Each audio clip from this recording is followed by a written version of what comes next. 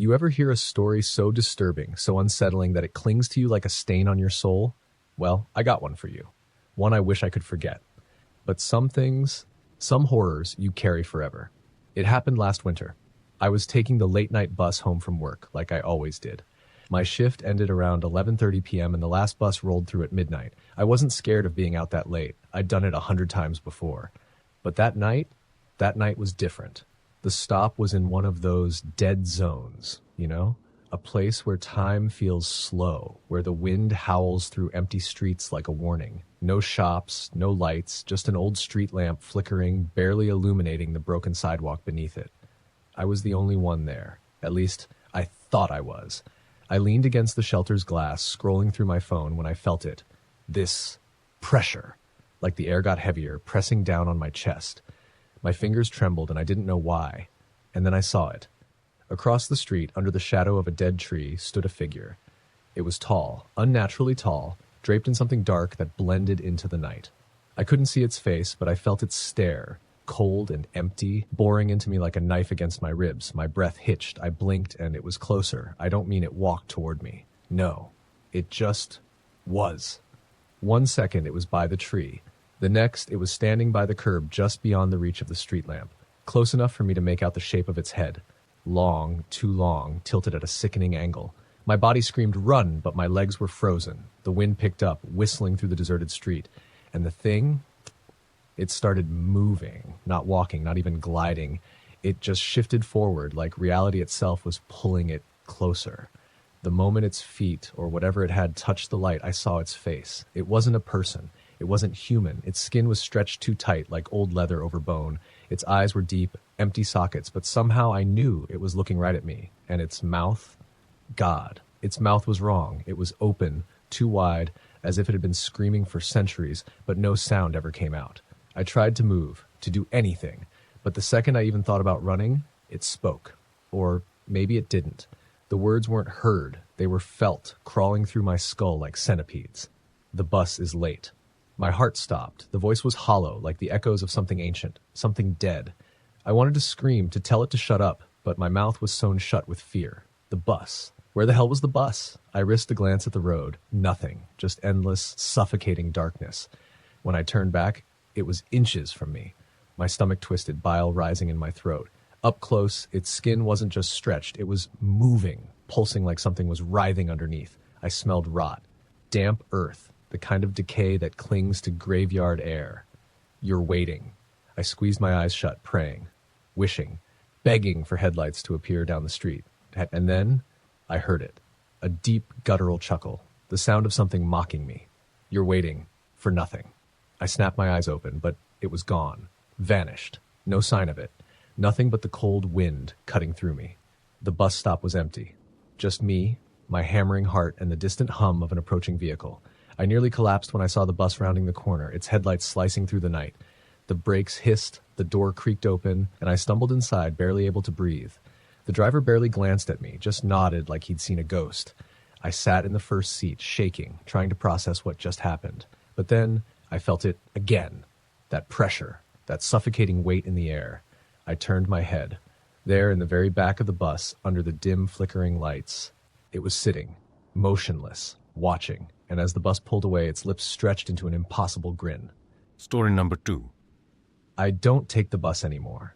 Not after what happened last year. It was late October, a cold Wednesday night. I had just finished working a closing shift at this small diner outside town. It wasn't my usual shift, but a coworker called out and I needed the extra cash. The last bus was at 12:15 a.m. I remember that because I kept checking the time, watching the minutes crawl by as I stood at the stop, exhausted.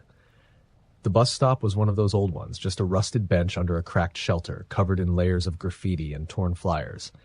A single streetlight stood beside it, flickering every now and then, barely keeping the darkness at bay. The street was dead quiet. No cars, no people, just the hum of the wind and the distant sound of something rustling in the trees. I was alone. At least I thought I was. At first I didn't notice him, but then I heard the shuffle of footsteps. Slow, dragging footsteps. I turned my head, expecting to see some drunk stumbling home. But instead, standing at the other end of the bus stop, just outside the glow of the streetlight, was a man. He was tall. Too tall. dressed in an old, tattered coat, his face hidden by the shadow of a wide-brimmed hat. His hands were shoved deep into his pockets, his posture stiff, unnatural. He wasn't moving anymore, just standing there, watching me. I swallowed, trying to ignore the way my skin prickled. People waited for the bus all the time, right? Maybe he was just some quiet guy keeping to himself. Maybe he didn't even see me. But then he took a step forward, not like a normal step. It was slow, deliberate, like he was testing something.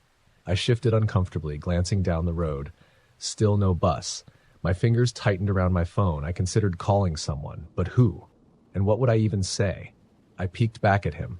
He was closer. Not a lot, just enough to make my stomach twist. He hadn't made a sound.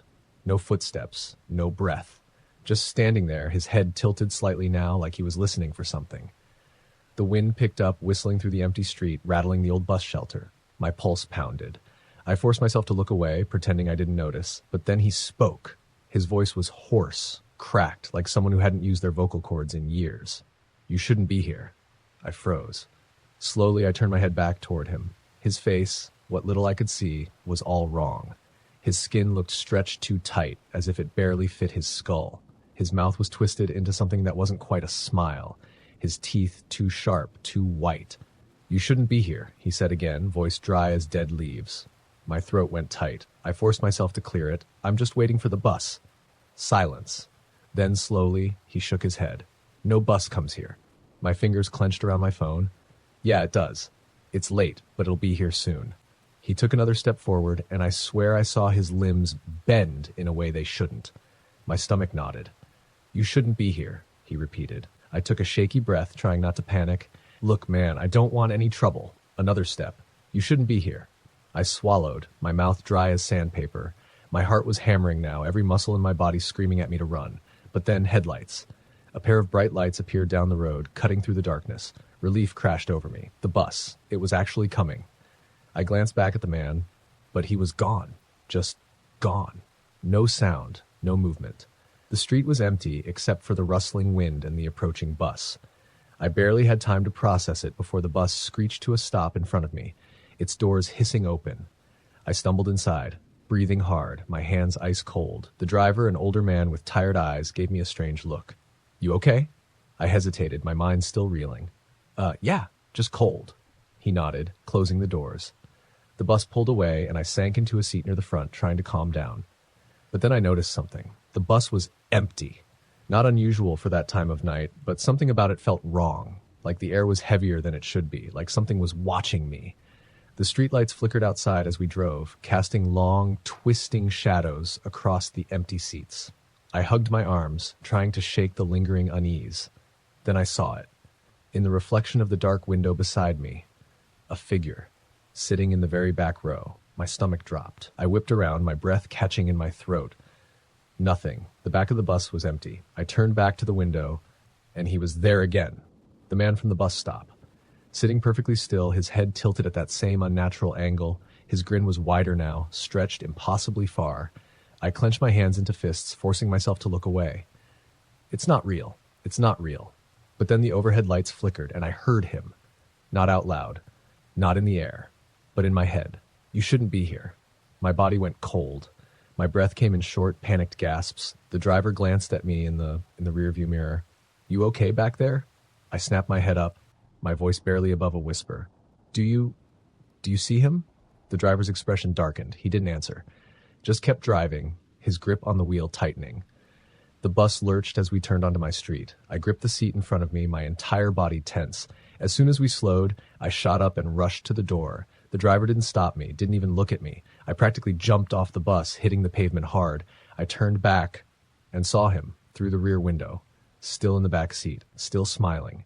And as the bus pulled away, his mouth moved, forming silent words I could somehow still hear. "You shouldn't be here." I ran home. Didn't look back. Didn't take the bus ever again. And now, every night when I close my eyes, I see him, sitting in the dark, watching, waiting. And I know one day he'll come back, and this time there won't be a bus to save me. Story number 3. I used to take the same bus home every night, always the 11:45 p.m. route, the last one before the city shut down. It was a quiet ride, never too crowded, just me, a few stragglers, and the occasional tired worker trying to get home. But after what happened that night, I don't take the bus anymore. It started like any other evening. My shift ended late and I walked the 2 blocks to my usual stop. The air was sharp and cold, the kind that bites at your skin. The streets were empty, just the dull hum of distant traffic and the flickering of old streetlights. I checked my phone. 11:40 p.m. 5 more minutes. The bus stop was nothing special. A bench, a shelter with cracked glass, and an old, half-torn map of the routes. I sat down and exhaled, watching my breath curl into the air. That's when I noticed him. A man standing a few feet away from the stop, just outside the reach of the streetlight. He was facing me, but his face was shadowed. He didn't move, didn't shift his weight, just stood there, arms limp at his sides. I glanced away, pretending not to notice. Maybe he was just another late-night commuter. But something felt wrong. Minutes passed. The wind picked up. The man didn't move. Then, from the darkness, I heard it. A whisper. It was so quiet I almost thought I imagined it. But then it came again. A raspy voice threading through the air like smoke. "Where are you going?" I froze. My pulse pounded against my ribs. Slowly, I turned my head back toward him. He was closer. Not by much, but enough. He was just barely touching the edge of the streetlight now. His face was still obscured by the shadow of his hood, but I could see his mouth, wide, too wide, curled into something that wasn't quite a smile. I swallowed hard, just waiting for the bus.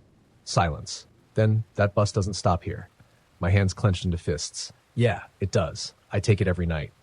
The man tilted his head, slow and unnatural, like a broken puppet. Not tonight. I glanced down the road, desperate for the sight of headlights. Nothing. Just empty asphalt stretching into the dark. My fingers hovered over my phone. Maybe I should call someone. A friend, a cab, anyone. When I looked up again, the man was right in front of me. I stumbled backward, my breath catching in my throat. His hood had fallen back slightly, just enough for me to see his face. And I wish to God I hadn't. His skin was wrong, pale, but not in a sickly way, more like wax, like something that had never been alive to begin with. His eyes were deep, hollow pits, black and endless, and his grin stretched impossibly far, splitting his face in a way no human mouth ever could. "Go home," he whispered. I scrambled backward, nearly tripping over the bench. My hands were shaking, my entire body screaming for me to run. Then finally, headlights, the bus. Relief crashed over me like a wave. The bus rumbled up to the stop, its brakes hissing as the doors groaned open. I turned back toward the man. He was gone. Just gone. No trace of him. Like he'd never been there at all. I didn't hesitate. I practically leapt onto the bus, my heart still hammering. The driver barely glanced at me as I stumbled into a seat near the front. "You okay?" I swallowed hard, nodding. "Yeah, just weird night." He didn't say anything, just stared ahead, his knuckles white against the steering wheel. I took a deep breath, trying to shake the unease crawling up my spine. The bus was mostly empty, just 1 or 2 other passengers scattered toward the back. I let my head fall against the window, watching the city blur past. A few stops later, the bus lurched to a halt. The doors creaked open, but no one got on. No one got off. The driver hesitated. His eyes flicked to the mirror. His jaw tightened. Then, slowly, the doors slid shut. The bus kept moving. I frowned, twisting in my seat. Something about the air had changed. It felt heavier, staler. That's when I saw it. A passenger sitting at the very back. I hadn't noticed them before. But there they were, slumped forward, their hood pulled low over their face. And then I realized something that made my stomach drop. The bus wasn't stopping anymore. Stop after stop passed by. The streets outside grew darker, emptier. Buildings blurred together, unfamiliar. I stood up, gripping the seat. Driver? I think you missed my stop." He didn't respond. "Hey," I said, louder this time. "My stop was back there." Nothing. I took a shaky step forward. "Where are we going?" The driver's hands were locked on the wheel. His shoulders were rigid. "Can't stop," he muttered. "What do you mean you can't stop?" I demanded. The passenger at the back shifted, a slow, unnatural movement. I turned my head, and my blood turned to ice. It was him, the man from the bus stop. Only now he wasn't standing in the shadows. He was grinning, wide and terrible. "You shouldn't be here," he whispered. I stumbled backward, my breath coming in ragged gasps. What the hell is going on? The driver's knuckles were bone white. "Hold on," he muttered under his breath. "Just hold on." The bus picked up speed. The city lights blurred into nothing. The road stretched endlessly ahead, dark and empty. And the man in the back of the bus laughed, low and dry like the rustling of dead leaves. I squeezed my eyes shut, gripping the seat so hard my fingers ached. Then the bus slammed to a stop. I was thrown forward, barely catching myself. The doors burst open, creaking on their rusted hinges. "Get off," the driver said. His voice was tight, urgent. I didn't think, didn't question. I ran. I hit the pavement hard, stumbling as I turned back. The bus doors slammed shut. The engine roared, and then the bus was gone. No taillights. No sound. Just an empty street, and the man nowhere to be seen. I stood there, heart hammering, breath fogging in the freezing air. The street was silent. The world felt wrong, tilted somehow, like I had stepped into a place I was never meant to be. Finally, after what felt like forever, I turned and started walking. It took me nearly an hour to find my way home. The city felt different, like the streets had shifted when I wasn't looking. When I finally reached my apartment, I locked the door behind me and collapsed onto my bed, shaking. I didn't sleep, didn't even close my eyes, because every time I did, I saw his grin, his hollow eyes, and I heard his voice, whispering in the dark, "You shouldn't be here." I never took the bus again, and sometimes late at night, I hear the distant sound of brakes hissing outside my window. I never look, because I know, if I do, he'll be waiting. Story number 4. I've always been a night owl. Late shifts, late night walks, late night bus rides. It never bothered me until the night I saw something I wasn't supposed to. It was a Thursday, a little past midnight. I had just finished up at the bookstore where I worked and was waiting for the last bus home. The stop was one of those isolated ones, just a cracked bench under a flickering street lamp. The kind of place that felt forgotten. The streets were empty. The cold October wind rattled through the trees, dry leaves scraping against the pavement like whispering voices. I shivered and checked my phone. 12:07 a.m. The bus would be here soon. That's when I saw her. A woman standing at the far end of the bus stop, just outside the reach of the streetlight. She wasn't there a moment ago. She just appeared. Her back was turned to me. She was wearing a long black coat, her dark hair hanging limp over her shoulders. Her head was tilted downward like she was staring at something on the ground. I cleared my throat, trying not to sound nervous. Waiting for the bus? She didn't move, didn't acknowledge me. Just stood there, perfectly still. A weird feeling crept up my spine. Something about her posture, her complete lack of movement, made my skin crawl. But I forced a chuckle, shaking it off. Maybe she just didn't hear me. 12:10 a.m. Where was the bus? I shuffled my feet, glancing at my phone again. When I looked up, she was closer. Not by much, but enough. Her back was still turned, her head still tilted downward.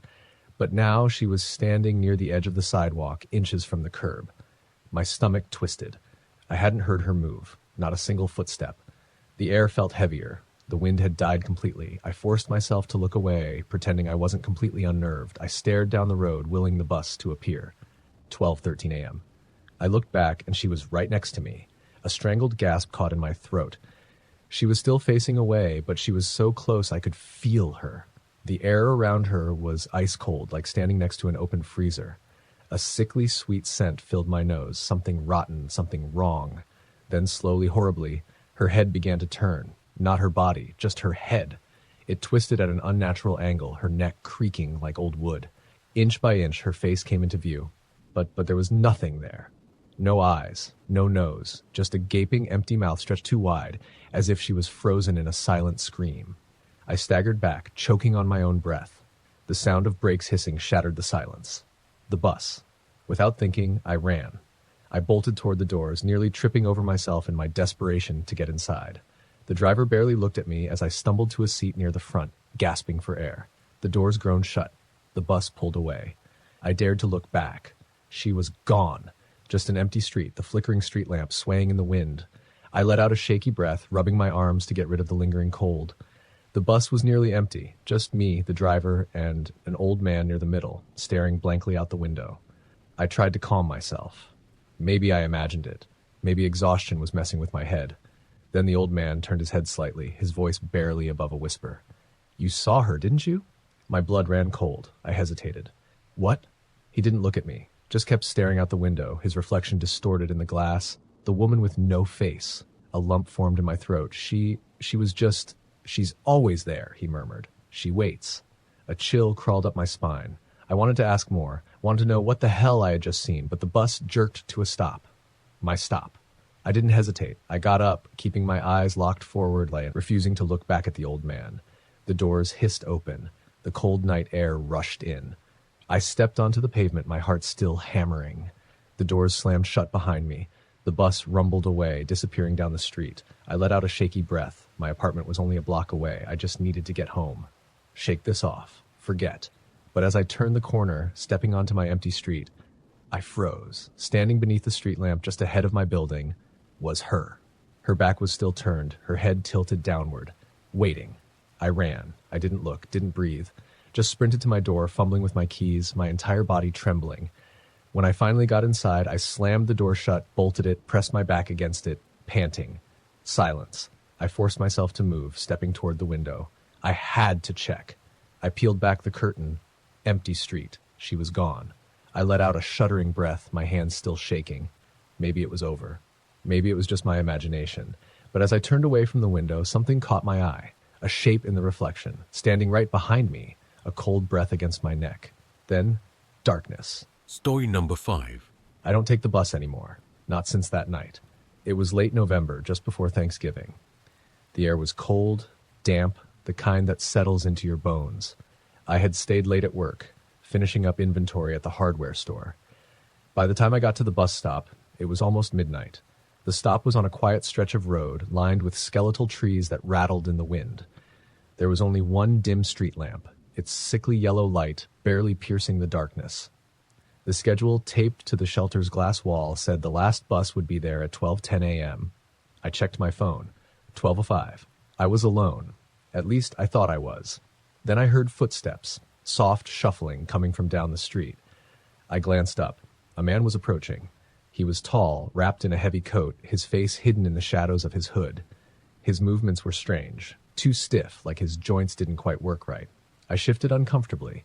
I wasn't the kind to get scared easily, but something about him put me on edge. He stopped a few feet away from me.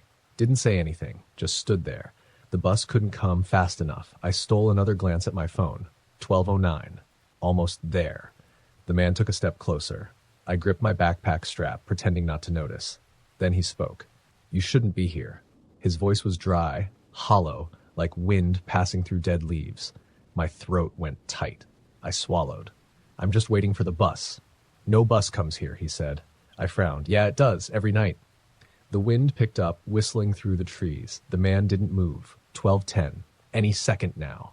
I turned my attention back to the road, praying to see headlights in the distance. And then, the man took another step forward. My skin prickled. I could see his face now, just barely visible in the glow of the streetlight. His skin looked wrong, too pale, almost gray. His eyes, empty, black pits. "You shouldn't be here," he whispered again. I stepped back, every instinct screaming at me to run. Then, finally, headlights. The bus groaned to a stop in front of me, doors hissing open. Without looking back, I bolted inside. The doors slammed shut. The bus rumbled forward. I let out a shaky breath and sank into a seat near the front. The driver, an older man with deep lines on his face, gave me a glance in the mirror. "You all right?" I nodded, though my hands were still shaking. I stole a glance outside. The man was gone. I shuddered. Maybe he was just some creep trying to mess with me. Maybe I was overreacting. The bus was nearly empty. Just me, the driver, and a woman sitting a few rows behind me, staring out the window. I tried to relax, watching the city blur past. The familiar streets, the flickering neon signs, the quiet hum of the engine. It should have been comforting. But something felt off. The air was heavy, stale. The bus passed a street I recognized, but it looked wrong. The buildings were different, older, the streetlights dimmer. I sat up straighter. "Hey, I think you missed my stop." The driver didn't respond. "Sir?" Nothing. The woman behind me shifted in her seat. I turned to look at her, and my breath caught in my throat. Her face was blurry, like a smudged painting. Her features rippled, shifting, melting. I jerked my head away, heart hammering. This wasn't right.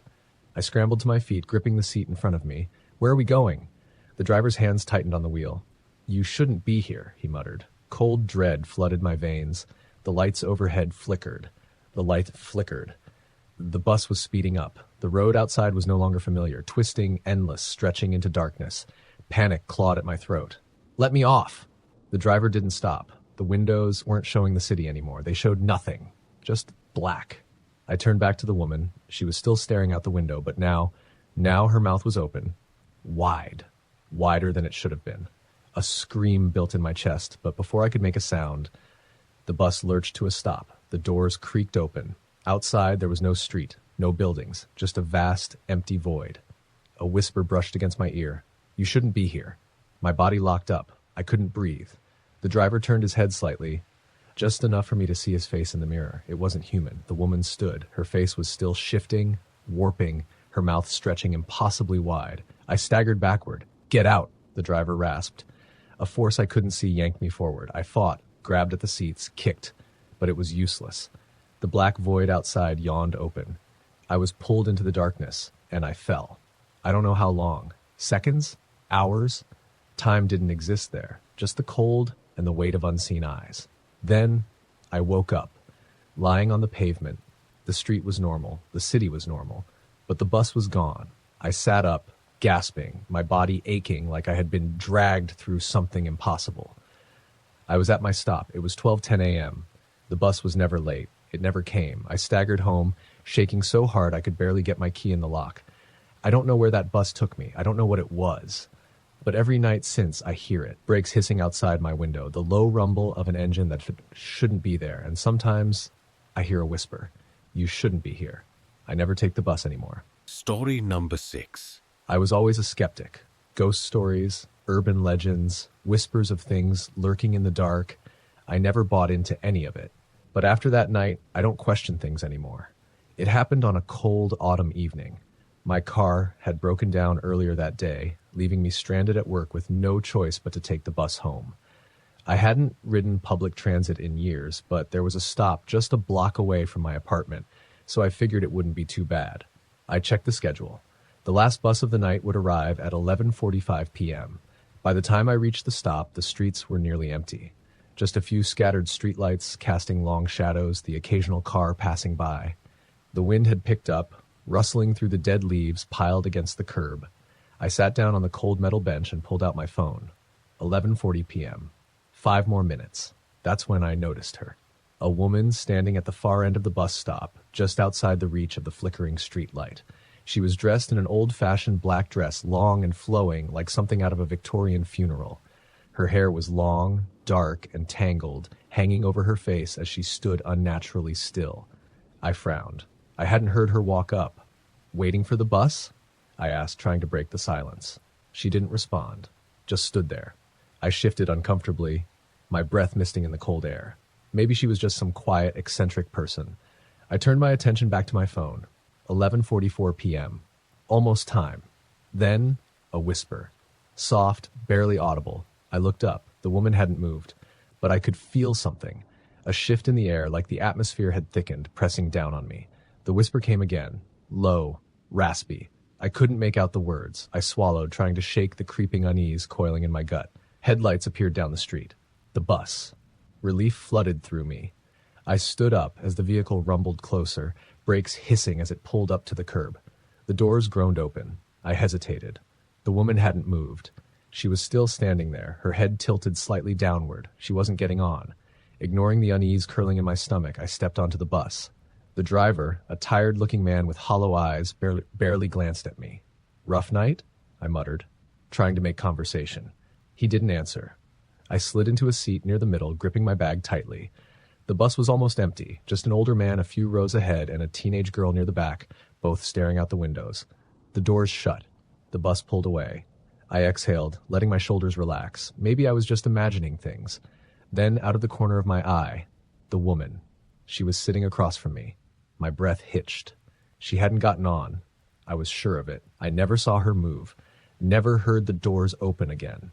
Yet there she was, sitting perfectly still. Her hair still veiled her face, but I could see her hands folded neatly in her lap. Something was wrong with them. They were too pale, almost gray. And her fingers, long, bony, twisted in a way that didn't seem natural. The whisper came again, but her lips weren't moving. My pulse pounded in my ears. I forced myself to look away, staring hard at the grimy floor. The bus rumbled through the dark city streets, but something felt off. The ride was too smooth, too quiet. The lights overhead flickered in a slow, rhythmic pulse. I stole a glance out the window, and my stomach dropped. The city was wrong. The buildings were unfamiliar, twisted, darkened windows stared like hollow eyes, the streets stretched endlessly, looping back in on themselves. My hands clenched into fists. Driver? No response. I stood up, gripping the seat in front of me to steady myself. Hey, where are we going? The driver's knuckles were white against the wheel. She won't let me stop, he whispered. A chill shot through me. I turned back toward the woman. She was closer, sitting in the seat directly in front of mine now. Her head was still tilted downward, but I could feel it. She was looking at me. Even without seeing her eyes, I could feel them. A slow, creeping terror sank into my bones. I couldn't move, couldn't breathe. Then, in a voice like dry leaves scraping against pavement, she whispered, "You shouldn't be here."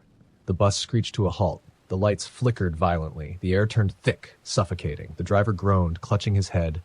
The teenage girl let out a strangled gasp, her face twisted in silent horror. And the old man, he was slumped forward, his body limp, unmoving, dead. The doors creaked open. Outside, there was nothing, just an empty black void stretching infinitely. A force I couldn't see pulled at me. I gripped the seat, my fingers aching from the pressure. "Let me off," I choked out. The woman stood, her head lifted, and I saw her face, or what was left of it. Her skin was cracked, peeling away in jagged strips, her mouth stretched impossibly wide, filled with rows of jagged, needle-like teeth, and her eyes deep, endless pits of darkness.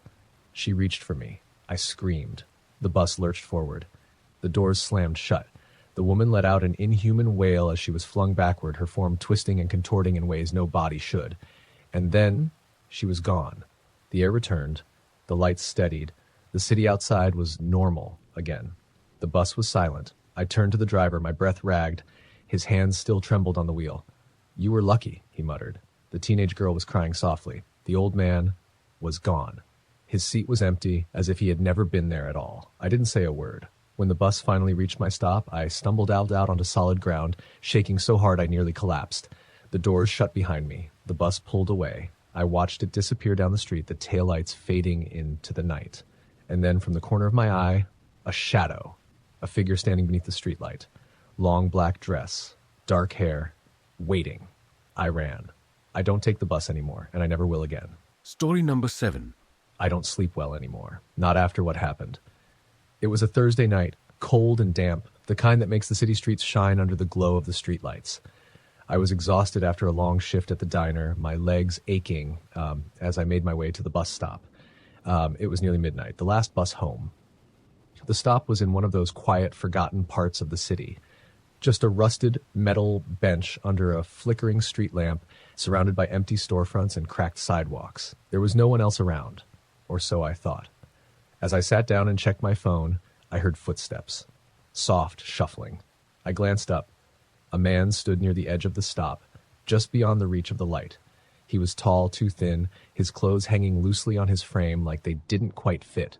His face was obscured by shadow, but something about him made my skin crawl. I pretended not to notice, staring at my phone. 11:56 p.m. The bus would be here in 4 minutes. The man took a step closer. I swallowed hard. "Waiting for the bus?" I asked, forcing my voice to sound casual. No response. He just stood there, watching. The wind picked up, rattling a loose street sign nearby. The air felt heavier. 11:57 p.m. I tapped my foot anxiously. The man moved again. Not a normal step, more like a jerk, a sudden, unnatural shift closer to me. My stomach twisted. I stood up, gripping the strap of my bag. "Hey, man, do you need something?" Still nothing. His head twitched slightly as if trying to listen for something. And then he smiled. It was too wide, too stretched, like his skin wasn't meant to move that way. A chill crawled up my spine. 11:58 p.m. 2 more minutes. I took a slow step back. The man mirrored me, his body swaying slightly, like a puppet on invisible strings. I glanced up the street, praying to see headlights. Nothing. 11:59 p.m. My pulse pounded in my ears. The man's head twitched again. His smile widened.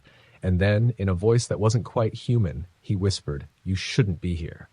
The words scraped against me, distorted like a recording played at the wrong speed. I stumbled back. "What the hell is wrong with you?"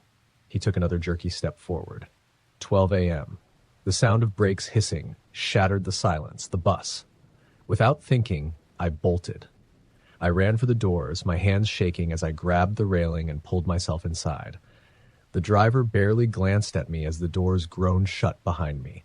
The bus pulled away. I collapsed into a seat, gasping for breath. Through the window, I expected to see the man still standing there, but he was gone. I exhaled shakily, rubbing my arms to rid myself of the lingering cold. The bus was nearly empty. Just me, the driver, and an elderly woman sitting a few rows ahead, staring blankly at the floor. I tried to calm myself. Maybe I imagined it. Maybe exhaustion was messing with my head. Then the old woman spoke. Soft, barely above a whisper. "You saw him, didn't you?" A lump formed in my throat. I turned to her slowly. "Saw who?" She didn't look up. "The smiling man." I felt ice creep through my veins. She continued, her voice distant, hollow. "He finds people who are alone, follows them, whispers to them." I swallowed. "Who is he?" The bus rattled over a pothole, making the lights flicker. The woman finally looked at me. Her eyes were pale, too pale, and her lips, they were stretched into a smile. A strangled gasp caught in my throat. I shot up from my seat, stumbling toward the front of the bus. "Driver," I choked out. "Something's wrong." The bus lurched. The lights flickered again, longer this time. For a brief second in the reflection of the windshield, I saw them, rows of passengers filling the empty seats. All of them smiling, their mouths too wide, their heads twitching slightly in unison. Then, darkness. The lights snapped back on. The bus was empty. The woman was gone. My breath came in ragged gasps as I gripped the railing near the driver's seat. The driver finally turned his head slightly, his voice low. "You shouldn't be here." The bus screeched to a stop. The doors creaked open. Outside, there was no street, no buildings, just an endless, stretching void of black. A force I couldn't see pulled at me. I gripped the seat, my fingers aching from the pressure. "Let me off," I choked out. The driver's hands clenched the wheel tighter. "It's too late." Then, a whisper, right behind me. "You shouldn't be here." I turned, and he was there, the smiling man. His face inches from mine, his mouth stretched impossibly wide, his empty eyes locked onto me. I screamed. The bus lurched forward. The doors slammed shut. The whispering voices swelled, a chorus of distorted, broken words. Then, nothing. The next thing I remember, I was waking up on the pavement, lying in the middle of the empty street. The bus was gone. My phone buzzed in my pocket. 12 a.m. No time had passed. I stumbled to my feet, my entire body trembling. The bus stop was empty. The streetlights flickered above me, buzzing softly in the quiet night. I ran home, locked every door, every window. I didn't sleep. And I haven't taken the bus since. But sometimes late at night, I hear it. Brakes hissing outside my window, a whisper just beyond the glass, and when I close my eyes, I see him, smiling, waiting.